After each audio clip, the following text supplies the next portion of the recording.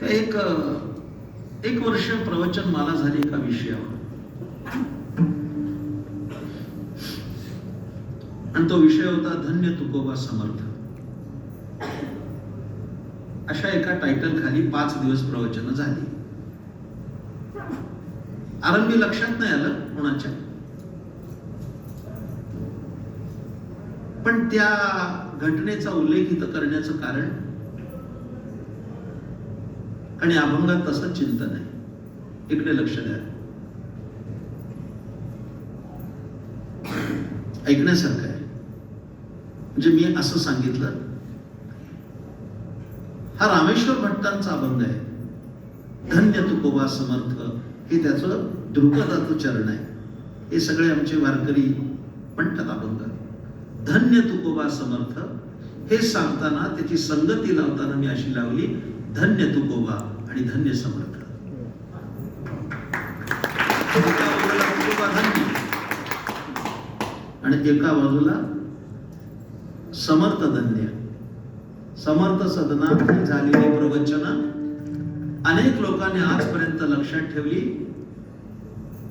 आता मी हे सांगण्याचं कारण काय, कालापव्यय व्हावा म्हणून नाही. आता सांगू म्हणता, प्रपंच आणि परमार्थ या दोघांचं चिंतन चालू आहे आपलं.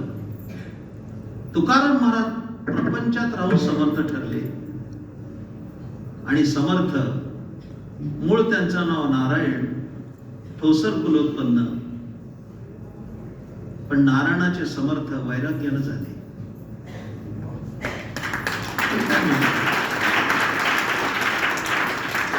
तुका सारिखे पूर्ण वैराग्य ज्याचे, शिष्ठा परिज्ञान योगेश्वराचे, कवी वाल्मिका सारिखा मान्य ऐसा, नमस्कार माझा सद्गुरूला मनासा. हे नमोस ते प्रपंचात झाले. इकडे वैराग्य संपन्न असणारे नारायण महाराज समर्थ झाले. हे का, जिथं तिथं यथा योग्य असेल तर तो मनुष्य समर्थ होतो. हे लक्षात घ्या, माझ्याकडे लक्ष द्या, आणि सर्वेंद्रियाचं कान करून ऐका. त्यांचे प्रपंच कसे होते. इकडे नाथ महाराजांचा दृष्टांत सांगितलाय. तुकाराम महाराजांचा संसार बघा. कोपला पाटील गावीचे हे लोक आता मज भीक कोण घाली. दुष्काळी आटीला द्रव्य गेला मान, एक स्त्री अन्न अन्न करता मेली. इकडे लक्ष द्या. पण भगवान त्यांच्या घरी आले.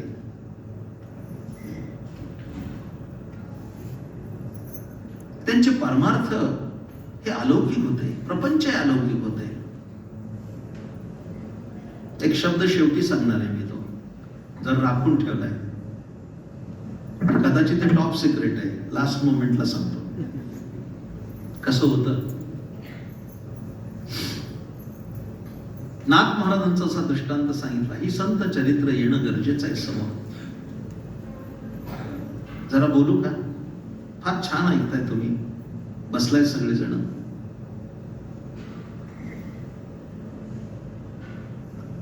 ओम यज्ञेन यज्ञ वैजंत देवा स्थानी धर्माणी प्रथमान्यासन्न. काय सुंदर देवे म्हणतात लोक, पण देवावरती मंत्र पुष्पांजली टाकतात. त्याच्यापेक्षा तुकाराम महाराजांच्या जिजाबाईच्या शिव्या देवाला गोड वाटतात. ती मंत्र पुष्पांजली ठरते. काय संसार असेल, रत्न विचार करा या प्रभू. ओम यज्ञेन यज्ञ वैजंत देवा स्थानी धर्माणी प्रथमान्यासन्न. मंत्र पुष्पांजली टाकली, देवाला एवढा आनंद झाला नाही तेवढा तुकाराम महाराजांच्या धर्मपत्नी असणाऱ्या जिजाबाईने देवाला शिव्या घातल्या. काय संसार असेल. म्हणून म्हणलं त्यांचा संसार पण परमार्थ झाला. मोह आवरत नाही मला. योगेश महाराज मला मोह आवरेना झाला हे सांगायला पण.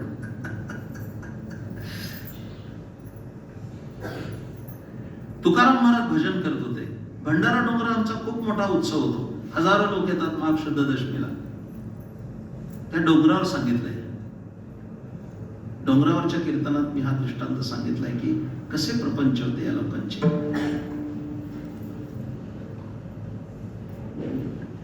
दरदरीत पाण्या माझी रांधिलेल्या कण्या देवाने आवडीनं खाल्ल्या त्या. पण जिजाबाई कशा होत्या जरा ऐका, माझ्याकडे लक्ष द्या. तुकाराम महाराजांच्या चरित्रातलं सगळ्यात मोठं आश्चर्य की तुकाराम महाराजांच्या अगोदर जिजाबाईला देवाचं दर्शन झालं. हे आश्चर्य तुकाराम महाराज नंतर झाले, जिजाई साहेबांना पहिल्यांदा झाले. मी समारोप खूप छान करणार या कीर्तनाचा. भंडारा, भामचंद्र आणि घोराड्या या 3 डोंगरांच्या मध्ये देव आहे. प्रत्येक डोंगर 3 कोस लांब आहे, म्हणजे 6 मैल लांब आहे. तुकाराम महाराज आपले सकाळी उठायचे, भजन करत निघायचे. कधी भंडाऱ्यावर जा, कधी भामचंद्रावर जा, कधी घोराड्यावर जा. सांगून जात नव्हते राजवाड्यावर चाललोय, सांगून जात नव्हते सदर बाजारला चाललोय. निघाले की निघाले, कुठे जायचे, त्यांच्या मनालाही तसे जायचे. जिजाबाईंची अडचण काय व्हायची की गेल्यानंतर शिदोरी घेऊन जावी लागायची जिजाबाईंना. दुपारी 12 वाजता जायचं कुठे? हे भंडारावर गेलेत का भामचंद्रावर गेलेत, कुठे जायचं? पण आमच्याकडे वारकरी इतिहास असा सांगितला जातो, कीर्तनकार इतिहास सांगतात. ऐकताय ना? इतिहास काय सांगतात माहितीये का दादा? इतिहास असं सांगतात की जिजाबाई भाकरीची टोपली घ्यायची, हातात पाण्याचा मोरवा घ्यायची, तरा तरा जायची. जरा माझं सांगून जातो जरा आधी, मग दृष्टांत सांगतो. तुम्ही सगळी मंडळी विद्यार्थी विचार करायचा झाला तर मी स्वतः, मी जिजाबाईच्या पक्षातला, तुकारामांच्या पक्षातला नाही, आणि अजून पक्षांतर केलं नाही.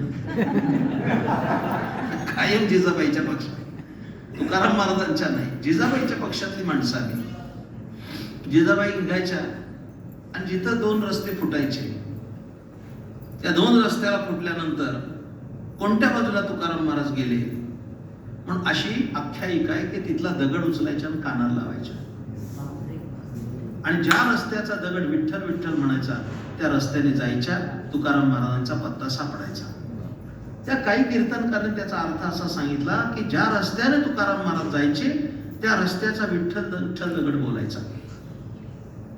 ही तुकाराम महाराजांची ख्याती झाली. ज्या रस्त्याने तुकाराम महाराज जायचे त्या रस्त्याचा दगड विठ्ठल बोलायचा, ही तुकाराम महाराजांची ख्याती झाली. माझं मत तसं नाही, बिलकुल नाही. मी माझ्या पक्षाची कथा सांगतोय, सांगू का?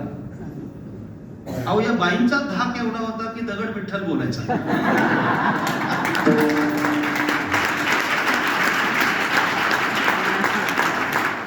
या बाईंचा धाक एवढा होता की दगड विठ्ठल बोलायचा. काय हिंमत आहे त्याची न बोलण्याची. जिजाबाई जायच्या, त्यांना रस्ता सापडायचा.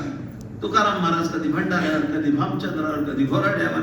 एके दिवशी त्या बाई निघाल्या, जिजाबाई भंडाऱ्यावर चढता चढता पायात काटा खसकन टोचला.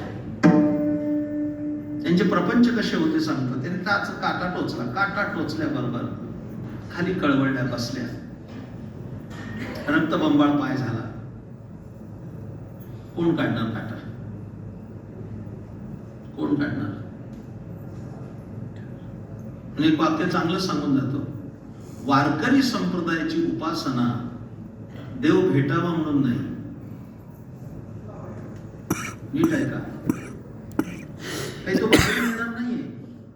वारकरी संप्रदायाची उपासना देव भेटावा म्हणून नाही, जो भेटूनच आहे तो कळावा म्हणून आहे.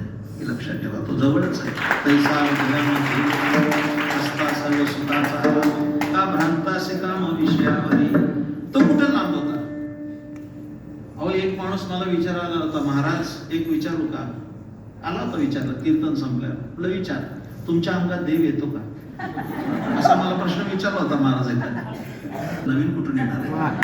तो आतमध्ये विराजमान आहे.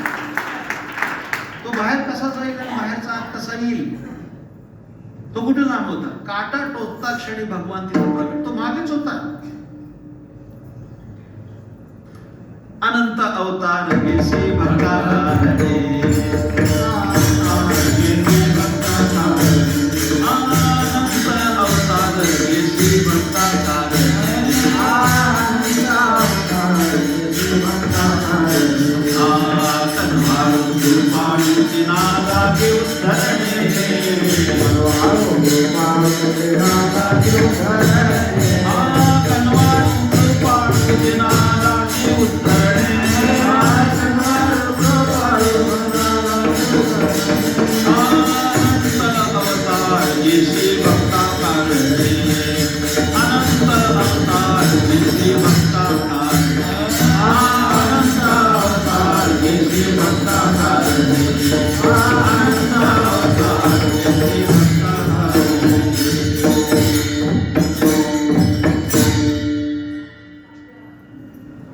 देव गुराखी झाला.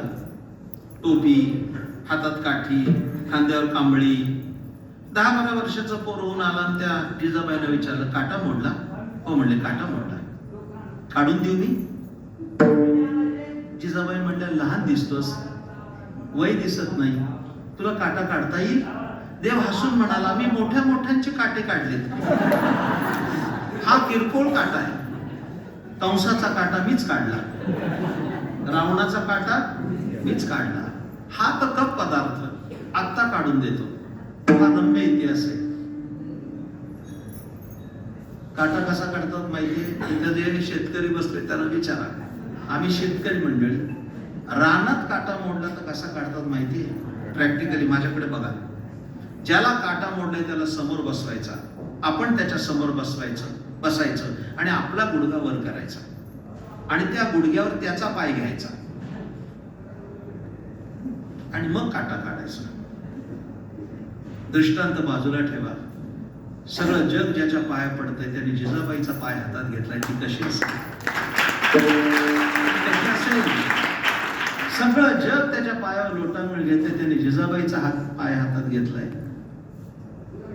तो म्हणला असेल, अशी संधी परत मिळणार नाही मला. आणि आता तिथून कुठे सुई दोरा आणायचा? रानात काटा मोडला तर एकच कार्यक्रम आहे, दुसरा काटा काढायचा. आणि तेव्हापासून म्हण पडली, काट्याने काटा काढणे. दुसरा काटा घ्यायचा आणि असा काटा काढायचा. अजून एक प्रॅक्टिकली सांगतो, मी काढलेत काटे मी पण. तसले नाही. मग ते काटा जर निघला नाही दादा, निघाला नाही तर मग काय पर्याय? दिसला नाही तर मग पूर्वी पोस्टात पण चालायचं. अरे काय काय भक्तीचा परिपोष आहे. देव तोंडात बोट घालत होता आणि जिजाबाईच्या पायाला लावत होता. माझा प्रश्न तुम्हाला आहे, सगळे बसलेले आपण परमार्थ अनुरागी, जो सर्वज्ञ आहे त्याला जगातलं सगळं दिसतं, त्याला काटा दिसू नये? जो सर्वज्ञ आहे त्याला काटा दिसू नये? कसं होईल? त्यातला भाव इतकाच आहे की देव त्या निमित्तानं तोंडात बोट घालत होता आणि जिजाबाईच्या पायाचे रजकण आपल्या तोंडात घालत होता. हा प्रसाद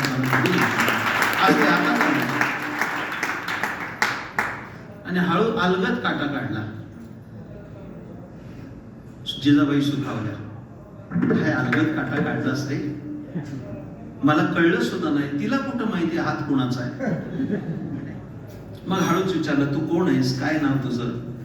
माझं असं देव म्हणला, माझं नाव विठ्ठल आहे. लगेच दगड उचलला. असं काही आविर्भाव होता, लगेच दगड उचलला. इथे पण आलास काय? देव अंतर्धान पावले. जिजाबाई वर गेल्या. महाराज भजन करत होते. उशीर का झाला म्हणून विचारलं.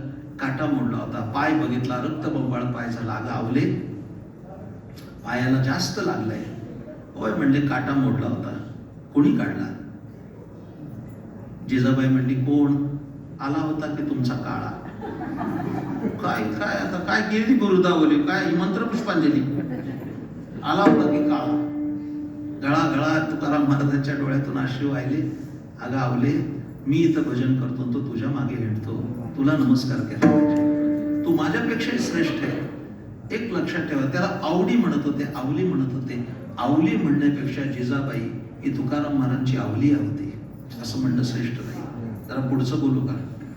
मला एकाने विचारलं, तिला दृष्टांत का झाला, पहिल्यांदा तिला विठोबा का भेटला? त्याचं उत्तर दादा असं आहे, सांगू म्हणता, तुकाराम महाराजांचा देव विठ्ठल होता आणि जिजाबाईचा देव तुकाराम महाराज होता.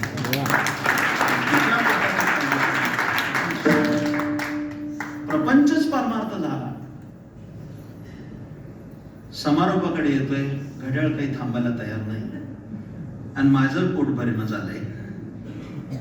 ऐकता, यातली एक गोष्ट जर कमी असेल,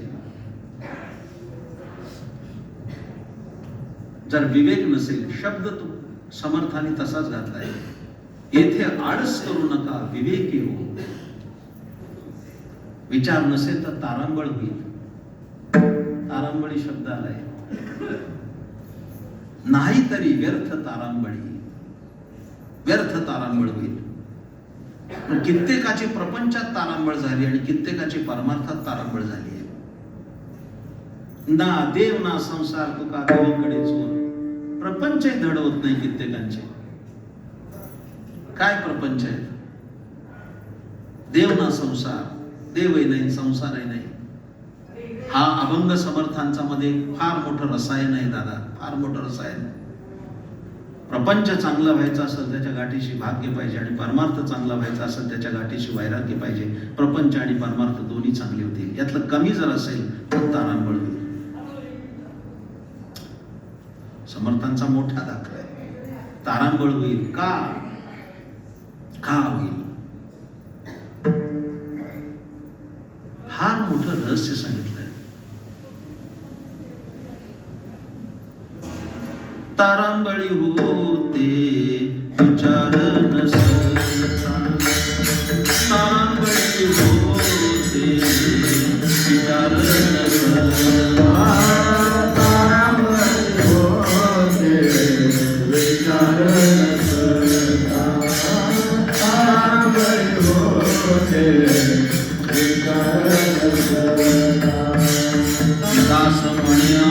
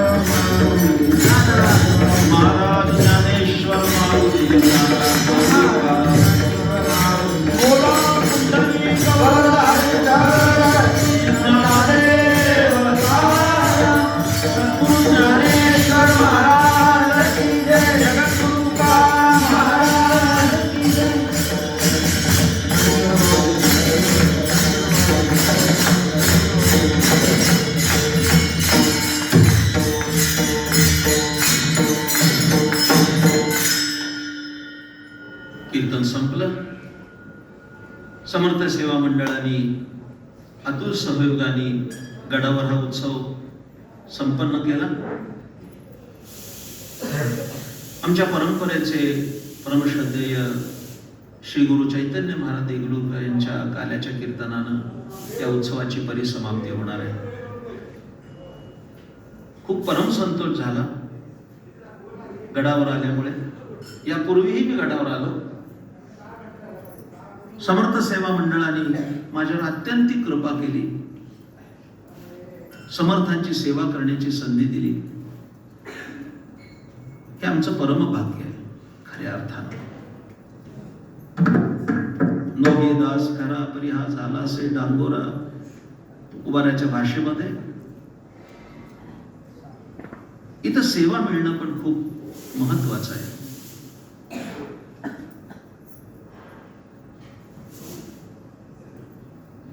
काल मला एका माणसाने प्रश्न विचारला, रोज विचारतात, आज कुणीकडे कीर्तन आहे?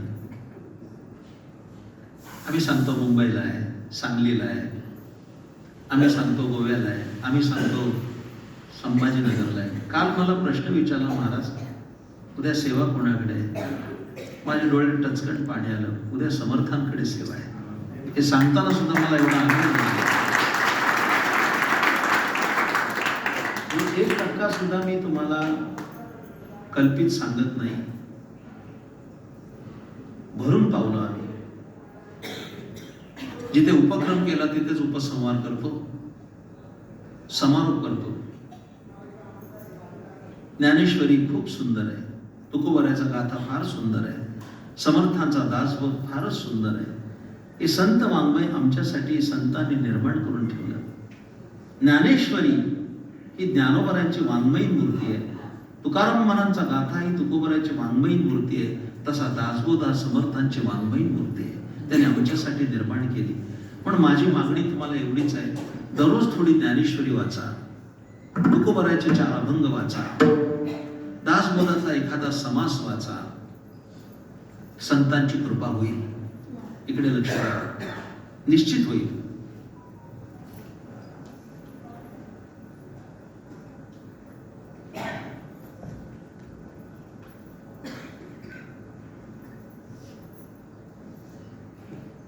फार मोठं रहस्य सांगतो.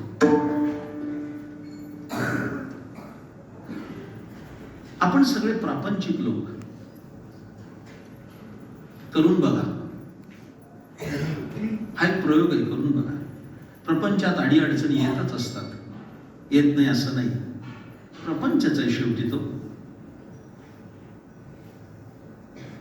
प्रपंचात अडचण आली, समर्थांना नमस्कार करा आणि डोळे झाकून दासबोध उघडा. जो समास आहे तो वाचा. त्या अडचणीवरचं ते सोल्युशन असेल.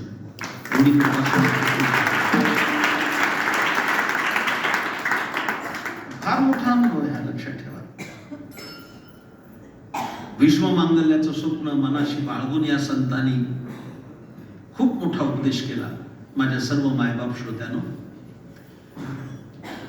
समर्थांच्या अभंगावर काही चिंतन करता आलं. मी पुन्हा एकदा उल्लेख करतो की प्रवचन ज्ञानेश्वरीवर झाली आणि कीर्तन समर्थांच्या अभंगावर झाली. जरा बोलू, हा भविष्य काळात मोठा इतिहास राहील की गडावर अशा पद्धतीचे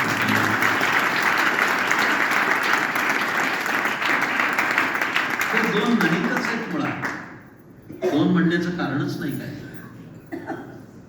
गोब्राह्मण प्रतिपालक हिंदवी स्वराज्याचे संस्थापक छत्रपती शिवाजी महाराज यांनी स्वराज्याचं सुराज्य केलं. ते 2 डोळ्यांनी केलं. त्यातला एक डोळा तुकाराम महाराज होते, दुसरा डोळा समर्थ होते.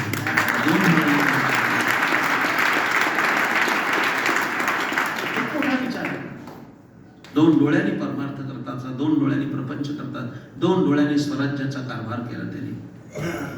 आम्हाला तुकोबाराने ती शिकवण दिली, आम्हाला समर्थाने ती शिकवण दिली. या उपदेशातलं साम्य लक्षात घ्या. कितीतरी अशा ठिकाणी मी 2-4 फक्त उद्धृत केले त्या ठिकाणी माझ्या वेळेच्या मर्यादेमध्ये. एक संकल्पना पण मी आता माझे मित्र असणारे लक्ष्मीप्रसाद यांच्याजवळ मांडली मगाशी चर्चेमध्ये. जसं गडावर ज्ञानेश्वरीचं पारायण झालं, तसं आळंदीला दासबोधाचं पारायण व्हावं.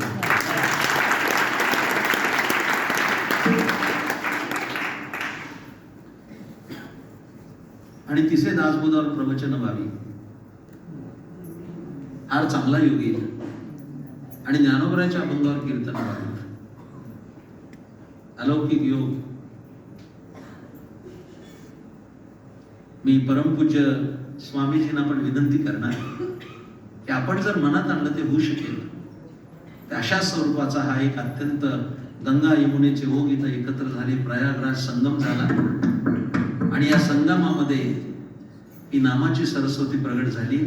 याच्यासारखा आनंद कोणताच नाही. या त्रिवेणीमध्ये आपण सगळे झालेली सेवा समर्थांच्या चरणी समर्पित करून आलेले सगळे आमचे मान्यवर यांनाही मनपूर्वक धन्यवाद देतो आणि सेवा समर्पित करतो. जय जय विठ्ठल, जय जय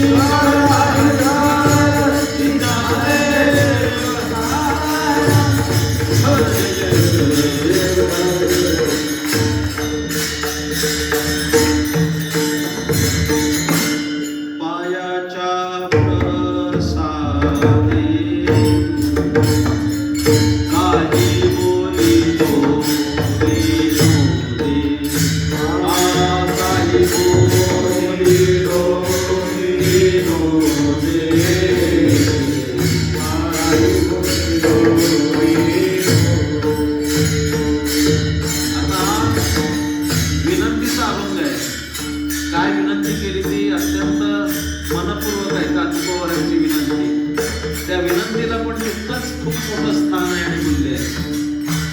तुमच्या पायाच्या प्रसादानं काहीतरी बोललो, विनोद केला, मला क्षमा करा.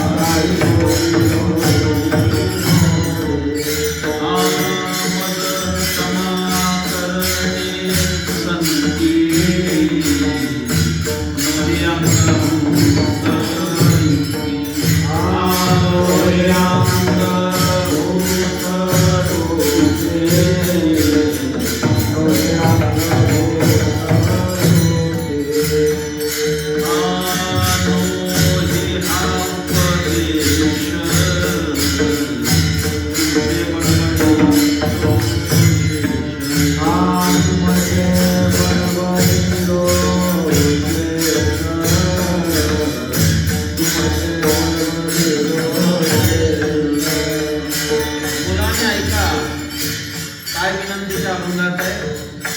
नोहे हा उपदेश तुमचे बडबडी शेष. तुम्ही जे सांगितलं त्याचं शेष उद्दिष्ट आम्ही सांगितलं, तुमचं ऐकूनच सांगितलं. तुमचे बडबडी शेष मग क्षमा करणे संधी नोहे अंगी होते. मज क्षमा करणे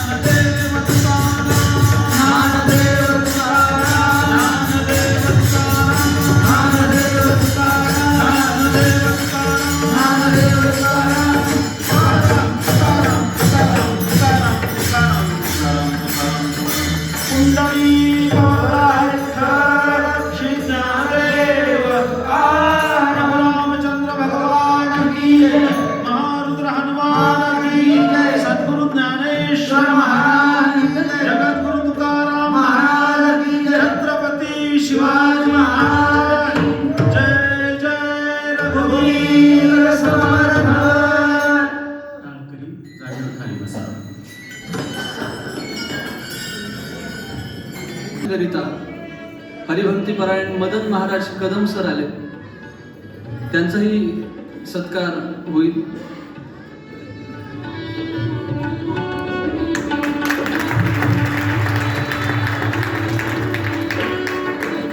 मी आदरणीय योगेश बुवांना विनंती करतो की मदन महाराजांना प्रसाद द्यावा.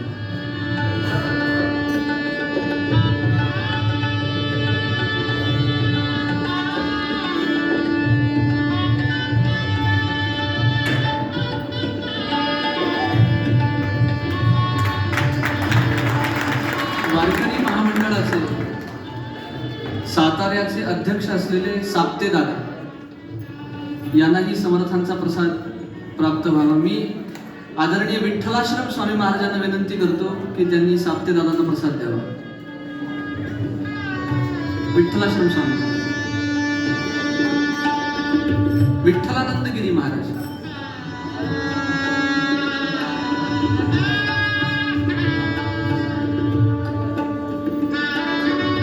आणि वारकरी महामंडळाचे सातारा प्रभागातले उपाध्यक्ष आदरणीय माने दादा, ते सुद्धा आज कीर्तनाला उपस्थित आहेत. मी अभिषेक दामले भावांना विनंती करतो की समर्थांचा प्रसाद त्यांना प्रदान करावा.